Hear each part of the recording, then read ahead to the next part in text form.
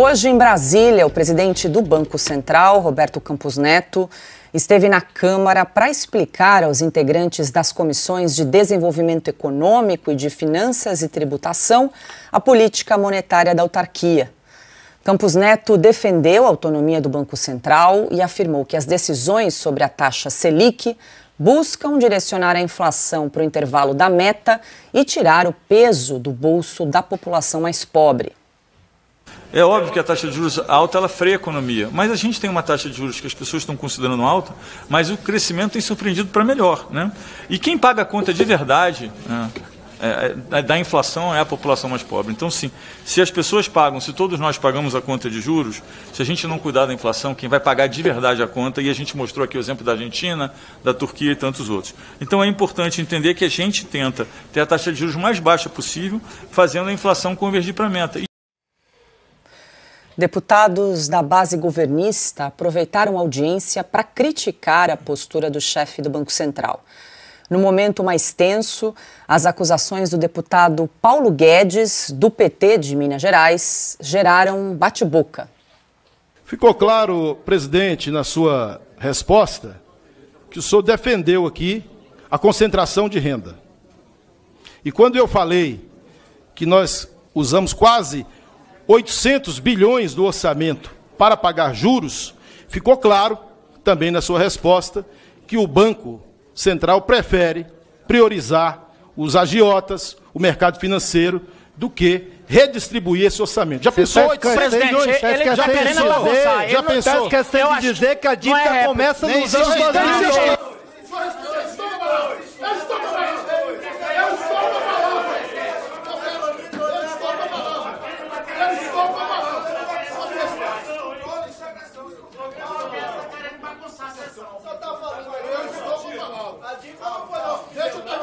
A tréplica já acabou.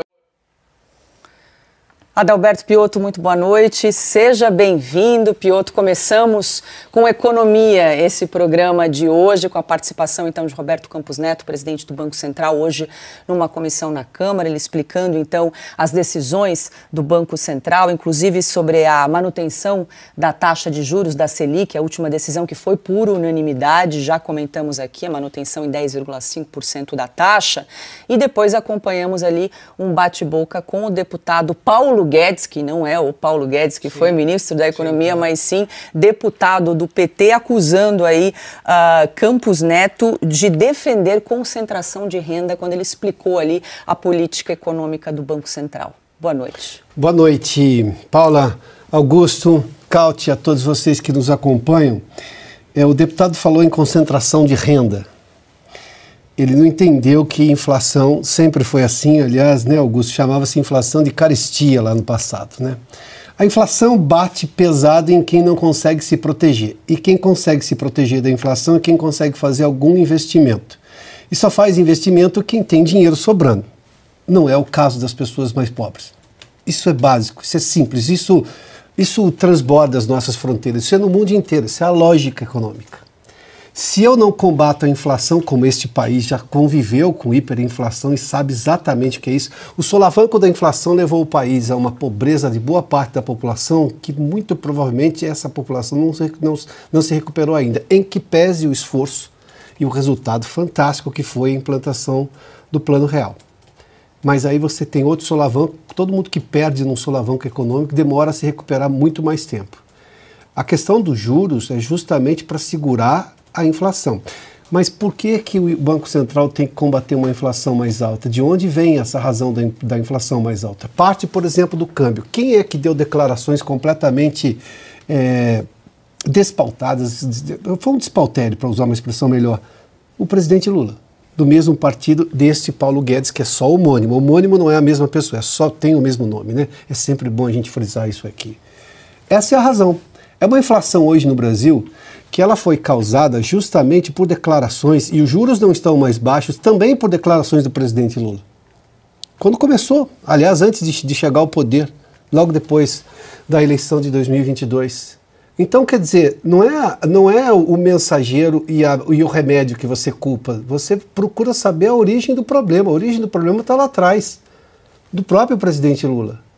Os juros poderiam ter começado a cair muito mais cedo, porque estava preparado para isso, o governo estava registrando superávit no governo Bolsonaro, final do governo, superávit nas contas públicas, tinha, obviamente, equacionado os gastos públicos, tudo isso foi colocado por água abaixo, derrubou-se tudo isso durante a gestão Lula. Aí, obviamente, o Banco Central tem que atuar, porque é obrigação do Banco Central, é dever dele, ele responde, o presidente do Banco Central responde se a inflação ficar fora da meta. Ele tem que responder ao Congresso Nacional. Aliás, foi chamado pela Câmara para explicar. Agora, é difícil explicar isso para deputado petista. Eles foram contra o Plano Real. Pensa bem, como é que um deputado desse vai entender sobre o mínimo da economia? Eles foram contra o Plano Real, que é exatamente a experiência mais bem-sucedida no mundo inteiro para controlar hiperinflação. Eu costumo dizer que o Prêmio Nobel é que lamenta o fato de não ter se dado ao Plano Real, porque os criadores do Plano Real fizeram algo muito maior até do que o Prêmio Nobel de Economia. Augusto Nunes, muito boa noite, seja bem-vindo, Augusto. Eu estava olhando aqui o perfil do deputado que falou em concentração de renda, ali, o tal do Paulo Guedes, que é deputado do PT de Minas Gerais. Ele se define aqui na rede social X como Paulo Guedes do bem. É a descrição dele na rede social. O outro é do mal. Bom. Esse cara tem que idade? Vou pesquisar, não sei. Me ajude nisso, porque ou ele era muito jovem, 53 anos. Augusto. 53 anos. Há 30 anos, ele tinha 22. É isso? É isso. Deveria... já tinha idade para entender o que foi o Plano Real. E era contra. Essa besta quadrada, ela já soube o que é a inflação selvagem, que foi liquidada, como bem lembrou o Piotto. Pausa. Boa noite, Paula. Boa noite, Piotto. Boa noite, Cauti. Boa noite a você que nos acompanha. Vocês me perdoem a pressa em identificar essa figura e já cortar a conversa fiada. Ele já viu que é a inflação selvagem. Ele viu do que o Brasil se livrou. E ele insiste, como fez o PT desde sempre, em apresentar, ignorar o Plano Real e botar a culpa em alguém pela inflação que o Lula não para de estimular. O que salvou o Brasil...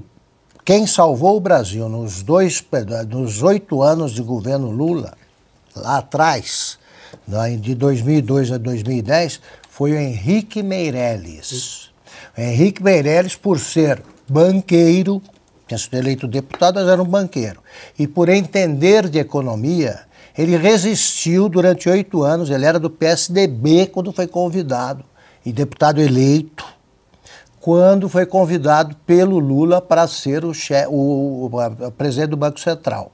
Foi ele que impediu o louco do Lula, não entende nada de economia, de se meter com esse negócio de vamos baixar os juros a qualquer preço, que era o que ele queria.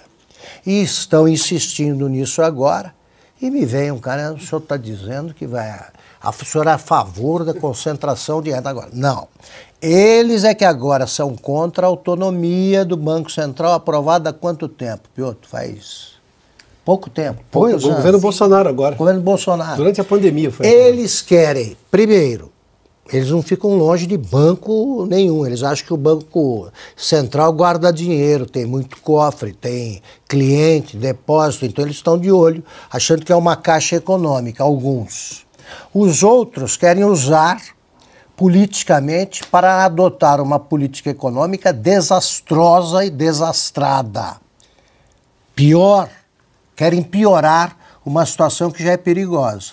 E querem culpar pelos erros do Lula, tá? Pelos transtornos econômicos a que o Brasil está exposto, querem culpar o Roberto Campos Neto.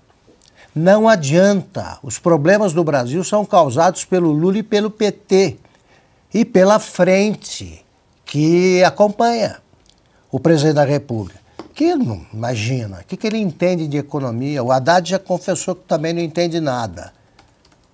Eles querem um Banco Central dependente do governo e, se possível, presidido pela Dilma Rousseff, que já ensinou para a gente que 30% não é 30%, é 30% de 30%. Carlo Cauti, muito boa noite. Hoje conosco, direto de Belo Horizonte. Carlo Cauti não para de viajar, hein, Augusto Epioto? Eu queria acompanhar. Eu também. Essa rotina. Eu conheço o Brasil com Carlo Cauti. Na editoria de turismo aqui, isso aí. Na Revista Oeste, vai de vento em isso popa, né, Carlo Cauti? Muito boa noite. Seja bem-vindo, meu caro, seu comentário aí a respeito da participação de Roberto Campos Neto, mais uma vez, né, uma comissão da Câmara para explicar a política monetária, lembrando que no último dia 31 de julho, então, o Copom manteve a taxa básica de juros em 10,5% por unanimidade. Pois é, Paula, mas aparentemente as leis da economia básica são consideradas uma ultragem à sensibilidade da esquerda, né? Por isso eu tenho comportamentos histéricos por parte dos Paulo Guedes do mal. Muito boa noite, Paula, boa noite, mestre Augusto, boa noite, Pioto, boa noite para a nossa audiência aqui direto de Belo Horizonte, onde estou a trabalho, mas com certeza voltarei por lazer aqui na capital mineira, adoro Belo Horizonte. Vamos lá, mais uma vez a esquerda demonstra ao vivo e a cores para o Brasil inteiro que não entende absolutamente nada de economia, zero. O conhecimento, a compreensão econômica de um deputado como esse aqui, infelizmente tem um nome, mesmo nome, um dos melhores ex-ministros da economia que o Brasil já teve. O conhecimento de economia de uma pessoa como essa é basicamente zero, é nulo, não existe. É um cara que se descasca as mãos, aplaudindo Lula, falando besteiras econômicas que levam o dólar a beirar os R$6 e acaba depois passando vergonha numa comissão da Câmara falando uma atrocidade como essa. Mas exatamente aquilo que o Piolo também estava falando, a inflação é um imposto perverso, aliás, é o mais perverso dos impostos, porque a inflação acaba atingindo as camadas mais pobres da população, as pessoas que não conseguem ter uma defesa de seus salários, uma defesa de suas rendas, uma defesa de seus patrimônios, e acabam, mesmo trabalhando, mesmo poupando, mesmo se esforçando, empobrecendo.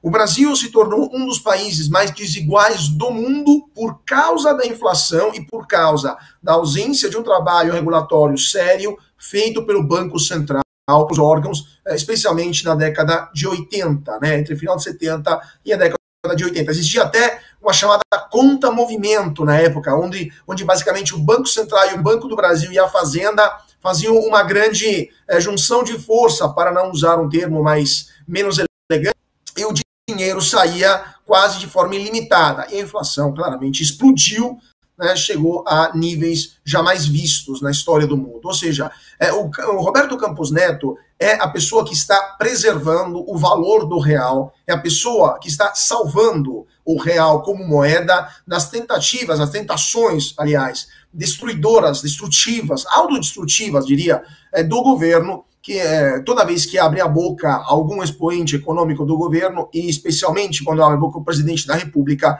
o real acaba derretendo. Então, assim, o único comentário que fica depois de que o mestre Augusto e o Pioto já falaram a mensagem para esse deputado para se documentar antes de relinchar, porque fica muito mal um vídeo como esse para o Brasil e a história relembrarem. Antes da gente avançar, deixa eu só exibir mais um trecho da participação do Roberto Campos Neto hoje nessa comissão, quando ele falou sobre a taxa Selic. Vamos acompanhar. Aqui também um outro tema que a gente discute muito, a gente decidiu fazer um gráfico de uma forma diferente, que é mostrando que a Selic não faz o crédito subir em si. A gente teve vários movimentos no passado, onde você caiu a Selic sem credibilidade e o crédito até caiu, né? Então, é importante que a gente faça uma queda de Selic que tenha credibilidade para que o crédito possa cair. Geralmente, quando você cai a taxa curta e a taxa longa já está muito acima, ela tende a subir mais ainda. Isso não gera aumento de crédito, porque grande parte do crédito é pré-fixado, ele não está baseado na Selic, né? Então, aqui a gente olha um pouco a relação entre Selic e juros longos. A gente consegue ver que nem sempre a sincronia existe. Você pode ter períodos onde você abaixa a Selic e os juros longos até sobem. Então, isso já aconteceu, inclusive no passado recente. E aqui um pouco o que eu disse, que grande parte do crédito é prefixado. 58,8% é prefixado. A gente tem uma parte que é TR, bom, que é só para a gente entender que não é só a Selic que faz o crédito subir. A Selic é um elemento, mas precisa ser feito com credibilidade para que a gente tenha um resultado efetivo. Pois é, Piotr, achei importante trazer esse trecho do Campos Neto, porque é uma cobrança do PT desde o começo da gestão para que a taxa Selic seja reduzida. E aí, Roberto Campos Neto mostra com números ali no gráfico que a gente acompanhou que a cobrança, né, a baixar a taxa Selic não necessariamente vai fazer o crédito subir, como defende o PT. E ele mostrou ali com gráficos que mostram a realidade. Oferta de crédito vem, por exemplo, de condições de crescimento do país. E você só vai fazer um país crescer se você tiver as contas públicas controladas, o que não é o caso no momento. Há uma tentativa do governo de melhorar isso com o ministro Haddad reproduzindo falas que você colocaria, por exemplo, num economista do governo Fernando Henrique Cardoso ou mesmo do Paulo Guedes, dizendo que precisa controlar as contas. A diferença é que lá se fazia, até agora aqui não se fez. Ou seja, há uma diferença. O discurso é muito parecido, porque não tem outro discurso. Não dá, a outra conta não fecha. Chegaram a essa conclusão agora no governo. Nossa, que novidade. Então precisa colocar em prática. E oferta de crédito, por exemplo, a possibilidade de você ter mais crédito e com taxa mais baixa, não é exatamente a Selic. Eu vou dar um exemplo. Lá em 2017, nós estávamos no governo Temer e você tinha os juros muito altos. O cartão era 450% ao ano. Sabe o que acontecia? Você baixava os juros porque o governo Temer começou a resolver os problemas econômicos herdados da tragédia da Dilma Rousseff. E aí você baixava lá meio ponto na taxa Selic. Sabe quanto caía meio ponto numa taxa Selic de 2 dígitos ali, abaixo de 20? O que você conseguia? Caía 0,3, 0,2, numa taxa de 400% ao ano. Então não é exatamente isso. Se você tem taxa de inadimplência baixa, e para ter taxa de inadimplência baixa, você precisa ter pessoas trabalhando e sendo bem remuneradas num país com estabilidade econômica.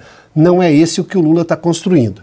E você tem taxa de competição no mercado, ou seja, mais bancos trabalhando, isso também o Banco Central melhorou ao longo do tempo.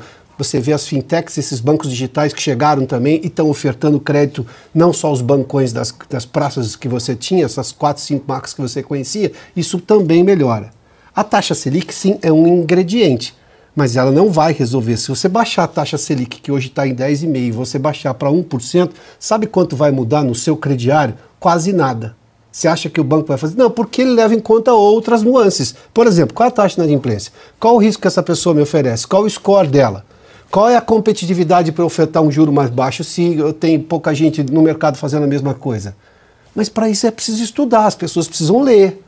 O sujeito não lê e vai lá e quer confrontar o presidente do Banco Central, que, convenhamos, não bastasse ser inteligente e capaz, foi premiado pelo mundo inteiro como um dos melhores ou o melhor presidente do Banco Central do mundo no meio de uma crise, porque é aí que você tem que mostrar que você sabe. Então o sujeito faz essas afirmações estapafúrdias que levam nada a lugar nenhum. Na verdade, atrasam a vida do país. Bom, e ainda falando sobre economia, o ministro da Fazenda, Fernando Haddad, disse ontem, durante evento de investimentos em São Paulo, que o governo está no que classificou como bom caminho para recuperar e controlar as contas públicas. Haddad afirmou ainda que o esforço do Planalto foi reconhecido pelas 3 principais agências de classificação de risco em suas decisões sobre o rating do Brasil, abre aspas. Não foi feito nenhum choque. Entendemos que a economia não precisava de choque, mas de credibilidade, fecha aspas. No mesmo evento, o diretor de política monetária do Banco Central, Gabriel Galípolo, disse que a possibilidade de aumento da taxa de juros prevista na ata da última reunião do Copom está na mesa da instituição.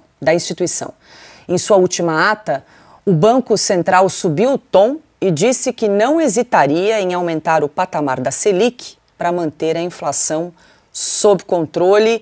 Cauti, lembrando que Galípolo é aí o mais cotado para assumir o comando do Banco Central a partir do ano que vem. Cauti, você gostaria de resgatar aí também um gráfico que foi apresentado pelo Campos Neto na comissão hoje na Câmara, é isso? É isso, porque esse gráfico demonstra como o Haddad está mentindo descaradamente. A esquerda tende a lutar obsessivamente, né, contra a realidade, só que a realidade se impõe, a realidade tem esse viés neoliberista, esse viés ruim, né, esse viés conservador, mas é a realidade. Vamos dar uma olhada nesse gráfico aqui que mostra visivelmente como o Haddad está mentindo. O Campos Neto mostrou na linha vermelha a tendência, essa linha vermelha que vocês estão vendo, dos juros, né, da Selic. E os juros estavam em tendência de queda desde mais ou menos janeiro de 2023. Por quê? Porque o trabalho muito bem feito pelo Paulo Guedes até 2022, a herança bendita, ou seja, contas públicas em ordem, azul, né, no orçamento do Estado, que não estava mais no vermelho como no passado, voltou a estar no azul, todas as estatais que também estavam em território positivo, permitiu que o Banco Central começasse progressivamente a reduzir os juros. Só que acontece, esta taxa, a taxa Selic tem também, é só uma taxa de referência, tem também taxas que o mercado está visando, as taxas que o mercado calcula, há 5 ou há 10 anos. E calcula na base do quê? Calcula na base das perspectivas econômicas do Brasil. Ele faz um cálculo e fala, vamos ver, o que esse governo está fazendo? O que vai acontecer daqui 5 ou 10 anos na base dessa política econômica? Então, vocês vê claramente que, a partir de 2023, e mais ainda em 2024, a taxa da Selic, ou seja, o Banco Central, está em tendência de queda, mas o mercado está prevendo juros em alta. Vocês estão vendo, né, o rabo final, né, essa partinha final dessa curva azul que está subindo enquanto a curva vermelha cai, né?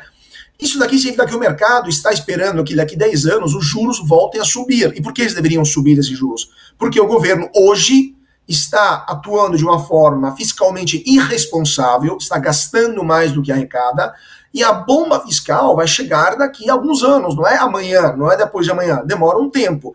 Então, o mercado, diferente daquilo que a gente está vendo hoje com o Banco Central reduzindo os juros, o mercado já está prevendo que os juros vão subir no Brasil por causa da bomba fiscal instalada pelo governo Lula. Então, Campos Neto faz muito bem a explicar para deputados que não entendem zero de economia, entendem minimamente de economia básica, como mal conseguiriam fazer uma regra de 3, que não é o Banco Central que decide se os juros estarão altos ou baixos. Muitas vezes é o próprio mercado que já se antecipa, né?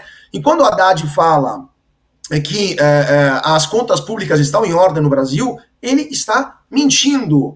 A gente está tendo no Brasil o pior rombo fiscal desde a época da pandemia. Só que não temos uma pandemia. Temos o Lula, que é também um apocalipse, muitas vezes, uma apocalipse econômica, não uma apocalipse bactérica, virose, não é um apocalipse viral. É uma apocalipse econômica, né? Uma tragédia econômica.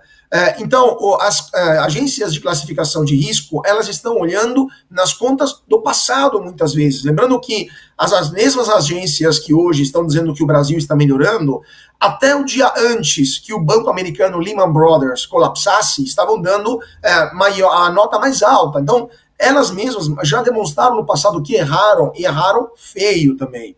E agora temos, por outro lado, o indicado pelo Lula no Copom, né, no Comitê de Política Monetária do Banco Central, que é Gabriel Galípolo, possível futuro presidente do Banco Central, sucessor de Roberto Campos Neto, que já está tomando uma atitude mais séria, dizendo, vem cá, se continuar assim, teremos que aumentar os juros, porque a inflação já está batendo. Campos Neto é muito jovem, muito novo, tem uma perspectiva de carreira no mercado financeiro além do Banco Central, então ele sabe que não pode embarcar em delírios econômicos, porque ele, na pessoa física, um dia vai sofrer com as consequências disso, e evidentemente não está nem um pouco afim.